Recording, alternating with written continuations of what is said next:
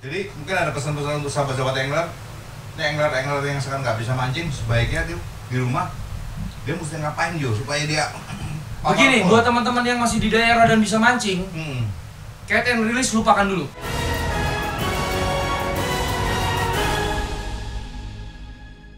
Halo sahabat angler, jumpa lagi dengan saya. Ini saya nggak tahu ada apa ini.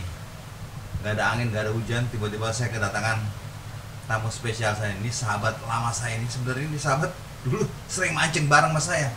Tiba-tiba datang. Jadi kalau rezeki itu nggak akan kemana. Ini saya kedatangan Joe Michael. Joe Michael tuh salah satu pemancing dan dia dulu juga jadi host salah satu program mancing. Saya dibawain berkat makanan ini nih. Saya mau tanya sebenarnya berkatnya apa? Tiba-tiba nggak ada urusan, nggak ada janji, nggak ada apa, tiba-tiba datang bawa ginian nih. Jo, ini apa sebenarnya ini bawa gini-gini nih apa deh, gue mau tahu nih kok ini begini. Oke, yang pertama Pak Dudit, ini karena setahun lebih bahkan udah 2 tahun kita nggak ketemu ya. Saya bawa ini karena Pak Dudit ulang tahun di bulan Juli, bareng sama saya. Selamat ulang tahun Pak Dudit. Thank you. Nah, yang kedua, memang semenjak PPKM, gua pun juga memang ngikutin anjuran pemerintah lah di Jakarta. Totally PPKM Pak Dudit. Jadi saya nggak pernah keluar di rumah. Tapi kerjaan saya kan nggak seperti yang orang kantoran. Jadi lebih banyak saya waktu luangnya. Jadi saya berusaha untuk tetap melakukan hal yang positif Pak Dudit. Jadi ya karena mancing juga nggak bisa, apapun nggak bisa, ya kan. Jadi ya udah yang paling masuk akal buat saya masak. Karena manusia itu basicnya butuhnya apa sih Pak Dudit? Untuk mempertahankan kondisi pandemi gini kan makan. Jadi saya coba untuk mencari tahu makanan ini bagaimana gitu, kebutuhan akan daging itu bagaimana. Akhirnya saya siasati Pak Dudit, saya searching dan waktu saya juga mancing, saya bisa searching Pak Dudit itu siapa dan sebagainya gitu lah. Jadi ya saya coba masak. Kemudian saya teringat masa kecil saya karena saya anak Priuk. Jadi saya sempat bikin nasi pakai daun pisang. Nah sekarang saya ingat pada saat itu saya ketika di Priuk zaman itu ketika ada orang kendurian, saya taunya kendurian, itu namanya besek. Nah seperti inilah, ini namanya nasi besek. Ya cuma memang ketika saya sudah mulai mau tahu ini, jadi saya cari yang termurah yang menurut saya ini udah paling murah gitu. Jadi ada satu besek ini ya cuma 20.000 Pak Dudit. Modalnya 20.000. Iya 20.000. Nah yang paling mahal cuma 25.000 lah. Bedanya apa nih? Lauknya Pak Dudit. Lauk isinya. Lauknya iya, karena dagingnya pun saya ganti pakai daging kerbau karena tetap dia halal kan Pak Dudit. Nah dari daging sapi jadi saya ganti daging kerbau. Dan nanti kan lauknya halal semua ya. Halal semua Pak Dudit, saya jamin dia halal. Yang pertanyaan saya cuma satu pertanyaan saya. Jo bisa masak itu dari dulu belajar atau baru? Jadi saya bisa masak atau mau belajar masak ketika mama saya meninggal, ibu saya meninggal. Jadi saya ini boleh dikatakan anak ibu. Jadi mama saya masakin saya ketika mama saya meninggal, terus saya kangen masakannya beliau. Jadi saya pengen tahu. Jadi saya panggil saudara beliau ketika saya kangen masakan. Akhirnya karena repot lah manggil-manggil saudara dari mama saya, akhirnya saya belajar masak. Kemudian saya mulai mancing dan saya bertualang. Ketika di hutan atau di mana, Pak Dudit, gimana kalau lapar? Nih, paling nggak belajar masak Indomie dulu ya. Jadi kebetulan juga memang yang ngebantu saya namanya Mbak Al yang ikut sama saya yang kita biasa kalau di Villa Kuning itu kan ya. Itu juga memang dia memang hobi masak. Jadi saya memang suka berkolaborasi sama dia membahas masalah masakan. Dan memang saya tipikal yang suka banget dengan masakan asli Indonesia. Wih, ini dia. Jadi sekarang kita langsung aja to the point lah. Ya, karena saya juga udah lapar nih. Kita lihat aja nih sebenarnya isinya apa nih, katanya 3 macam masakan dan modalnya itu bukan modal besar. Berapa? 20.000 sudah sama beseknya Pak Dudit. 20.000 udah sama packagingnya. Oke, packagingnya juga bagus banget. Besek. Ini katanya si Jo tadi zaman-zaman di Priuk dia ingat waktu zaman-zaman apa? Zaman kendurian.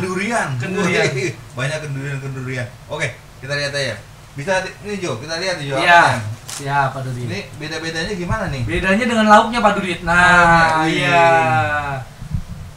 Wih, gitu Pak Dudit. Coba. Ini kayaknya impossible ya. Maksud gue 20.000 modal 20.000 ada paha ayam, ada telur, ada daging, ada tempe, ada ikan. ada curahnya lagi nih. Ada curahnya. Ini benar-benar luar biasa nih. Ini 20.000 gimana cara ini kalau ini tujuan ini buat ini apa sebenarnya tujuannya? Untuk siapa sebenarnya? Untuk awalnya gue pribadi untuk supaya gue punya kegiatan positif dan gue tetap waras Pak Dudit. Tapi kalau memang ini bisa menginspirasi teman-teman atau bahkan saudara gue sendiri, ya why not? Why not Pak Dudit maksudnya? Karena ini yang termahal yang pernah gue bikin jadi nasi. Sebelumnya gue pernah bikin nasi itu 8.000 perak Pak Dudit. Ini Dengan daging. Saya ngelihatnya aja ini udah luar biasa banget ini 20.000 kayak gini. Ini udah bener-bener luar biasa nih kayak gini udah luar biasa. Oke, kita mau coba dulu ya. Kita mau coba nih. Ini ada telurnya telur pindang lagi. Wih mantep banget nih. Ini ada 3 macam dan tiga-tiganya beda ya. Tadi saya tanya Pak Dudit, ini ikan apa? Ikan laut gini. Oke. Kalau di kampung saya itu ikan krisi Pak Dudit, bener nggak Pak Dudit? Krisi. Ikan laut ini Pak Dudit. Ikan krisi. Iya. Oh ya nih. Iya. Tangan saya bersih ya, tangan saya udah cuci ya. Iya. Ini bersih nih, krisi. Jadi ada ikannya juga nih. Jadi kan semua pemancing nih tetap aja kalau makan tetap harus ada ikannya meskipun bahkan masih ada ikan tongkolnya Pak Dudit. Ih, ada ikan tongkolnya saya nggak sebut tadi. Ada ikan tongkolnya. Iya Pak Dudit. Oke, gue coba hijau ya. Siap Pak Dudit. Kita coba. Wih, kita coba ini. Ini kebetulan nasi putih. Tapi kalau memangnya ada orang yang berminat nasi kuning, nggak ada masalah juga Nggak ya. ada masalah. Bisa nasi uduk, bisa nasi kuning, bahkan bisa nasi kebuli guys. Jadi nasi kebuli itu sekarang juga kita bisa bikin itu simple banget lah. Ada yang instannya lah. Bahan-bahannya pun juga kalau kita mau bikin sendiri nggak susah-susah banget. Lo bayangin ini kalau main dapat orang dapat kayak gini ini kan ini bener-bener. Sini, ya kita keluarin lauknya semua Pak Dudit. Supaya teman-teman bisa sahabat bisa tahu total lauknya ini. Nah ini ada ikan tongkol masih Pak Dudit. Tahu tempe. Sorry Pak Dudit bersih kok. Ini daging kerbonya nih. Jadi segini. Nah ini sambal spesial yang saya bikin memang khusus untuk lidah. Nah ini nasinya sebanyak ini Pak Dudit. Ini lauknya sama nasinya banyakkan lauknya. Banyakkan lauk. Ada binatangnya nih ya. Ada ayam. Ada Kerbau. Daging kerbau. Ada ikan, ada tongkol. Bener-bener luar biasa banget ini. Ini bener-bener luar biasa banget. Saya nggak tahu. Jadi sebenarnya kalau saya tangkap dari tadi omongan Bang Jo, sebenarnya ini ada segi positifnya ya. Jadi sementara ini PPKM, jadi orang di rumah itu semuanya harus berbuat sesuatu. Betul. Apa yang saya bisa berbuat?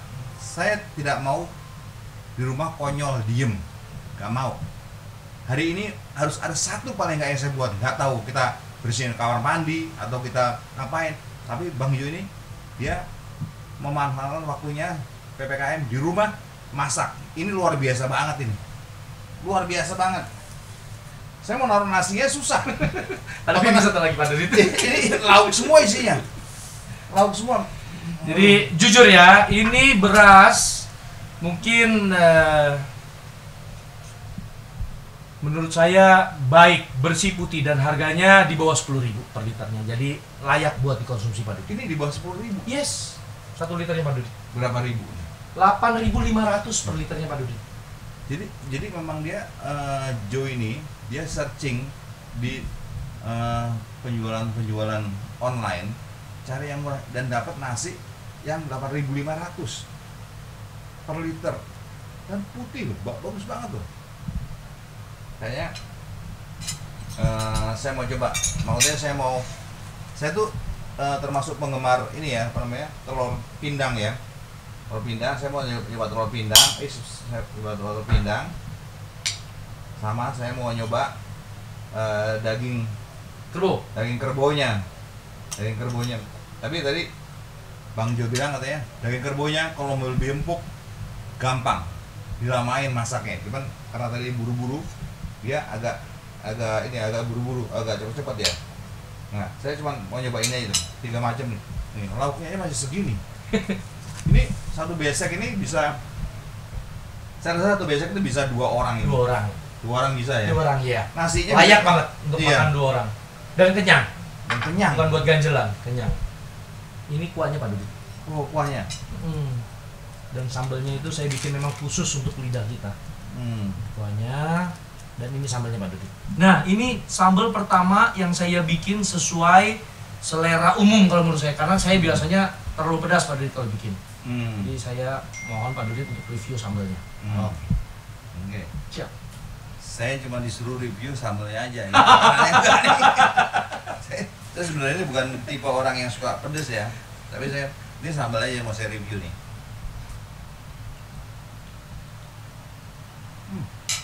Enak ya.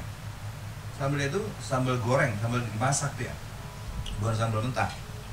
Dan levelnya bukan level tinggi ya, itu 1-2 lah.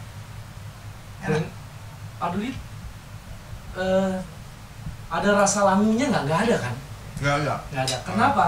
Karena sisa cabai rawit dan bawang semuanya itu saya kukus dulu. Jadi tidak mentah baru saya goreng, tapi saya kukus sehingga langunya hilang. Sehingga ketika ini udah jadi sambal, saya tambahin terasi sedikit, saya goreng, itu udah tidak harus mematangkan bahan-bahan yang tadi itu kan. Oh, jadi Saya nggak rebus, karena kalau rebus dia mengandung air. jadi dikukus. Saya kukus. Jadi rupanya material untuk sambalnya itu dikukus dulu.